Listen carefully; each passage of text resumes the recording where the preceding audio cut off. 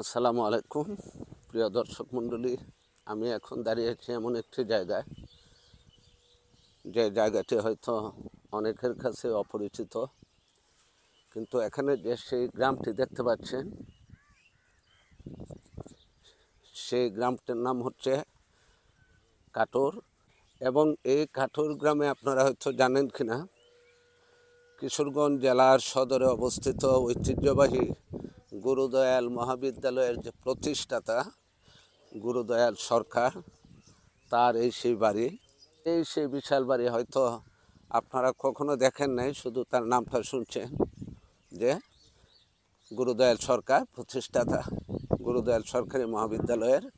কিন্তু আজকে আমার সৌভাগ্য হয়েছে যে আপনাদেরকে সেই তার বাড়িটা একটু দেখানোর জন্য। সবমণ্ডলে এদের দেখেন আরেকটি সাইড, যেটা পশ্চিম দিক, এবং পাশে কিন্তু পাকা রাস্তা। দেখেন ওই সময়ে এই প্রতিষ্ঠিত হয়েছে এই বাড়ি গুরুদয়াল সরকারের। আপনারা দেখেন বর্ষায় তো পানি, চারিদিকে পানি হয়ে যায়, আর ওয়াল দেখে আপনারা বুঝতে পারছেন যে কী পরিমাণে খরচ করে সেই বাউন্ডারি ওয়ালগুলো করা হয়েছে, এবং তার সম্পদের পরিমাণে বা কেমন ছিল। কারণ গুরুদয়াল সরকারি মহাবিদ্যালয়ের মতো একটি প্রতিষ্ঠানের জন্য জায়গা দান করা নিশ্চয়ই একজন দানবীর এবং অনেক সম্পদশালী লোকের পক্ষে সম্ভব। আজকে হয়তো আমরা তার নাম জানি, কিন্তু তার গ্রাম বা জন্মস্থান সেটাও আমরা প্রযুক্তির কল্যাণে জানতে পেরেছি। কিন্তু আজকে আপনাদেরকে দেখাতে পেরেছি যে এই সেই বাড়ি, যে বাড়িটি ছিল স্বর্গীয় গুরুদয়াল সরকারের।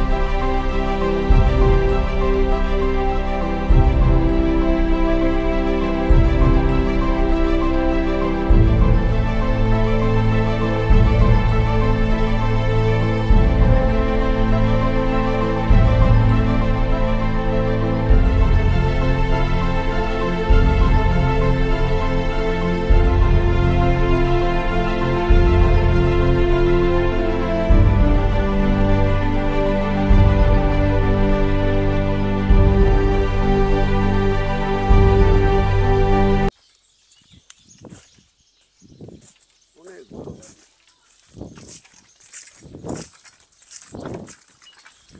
পাশেই কিন্তু সুন্দর এই প্রাকৃতিক পরিবেশ। বর্ষায় কিন্তু পুরাতে পানি হয়ে যায়, এবং এই হচ্ছে তার বাড়িতে ওঠার রাস্তা। একটু দেখছি,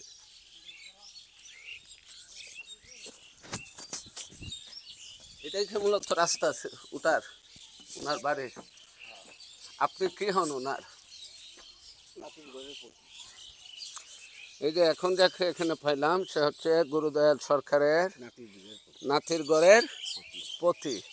তার মানে কত আগে, এবং আপনারা চারদিকের অবস্থা দেখেন, বর্ষায় কিন্তু চারদিকে পানি হয়ে যায়। আপনারা যে খোলা জায়গাটা দেখেন, আমরাও কখনো উঠি নাই, দেখেন একদম খোলা মাঠ।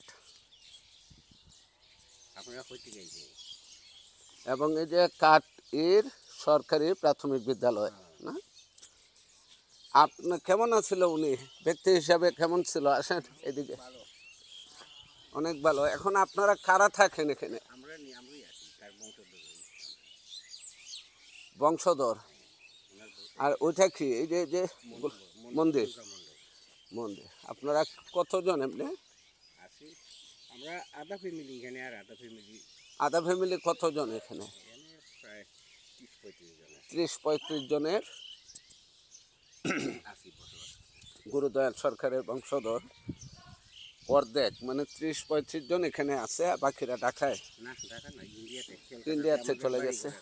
তো আসলে আচ্ছা, আসা যাওয়া আছে। এবং আমরা আসলে সৌভাগ্যবান যে এরকম একটা লোক, দানবীর, যে এমন একটি প্রতিষ্ঠান তৈরি করেছে গুরুদয়াল সরকারি মহাবিদ্যালয়, যার কল্যাণে আজকে হাজার হাজার লক্ষ লক্ষ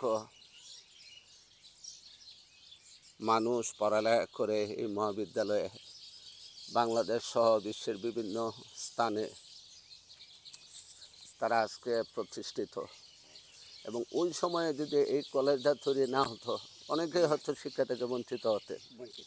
কারণ ওই সময়ে অনেক ঢাকায় গিয়ে হয়তো পড়তে হইতো। কিন্তু এইরকম একজন মহৎ লোকের মানুষের আসলে চেষ্টায় আজকে মানুষের কল্যাণে তিনি তৈরি করেছেন গুরুদয়াল সরকারি মহাবিদ্যালয়। অনেকে হয়তো জানেন না, এই তার গ্রাম কাঠুর, যেটা ইতনা উপজেলায়, ইতনা না খালি ইতনা ইতনা উপজেলায়, ইতনা উপজেলায় কাঠুর গ্রাম।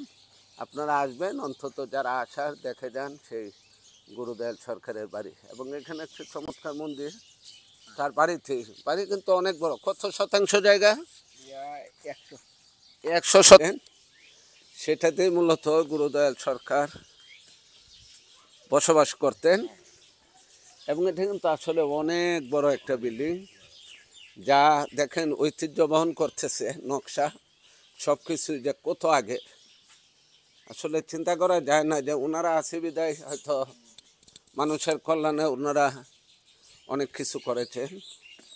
এবং দেখেন সেই নকশিকাঁথ, কত সুন্দর নকশি করা সেই বিল্ডিং। ওই সময়ে যদি চিন্তা করেন তাহলে অনেক কিছু দেখেন।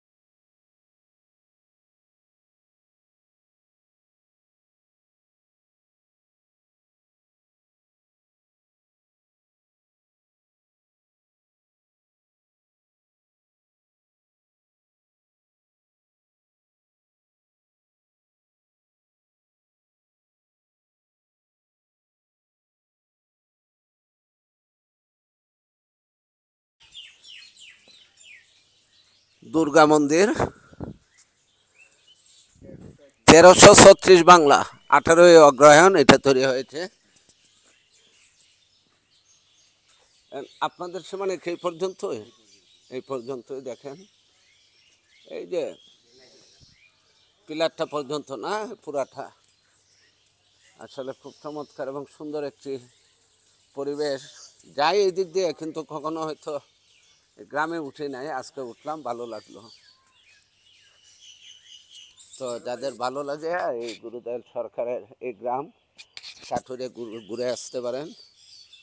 তো সবাই ভালো থাকেন।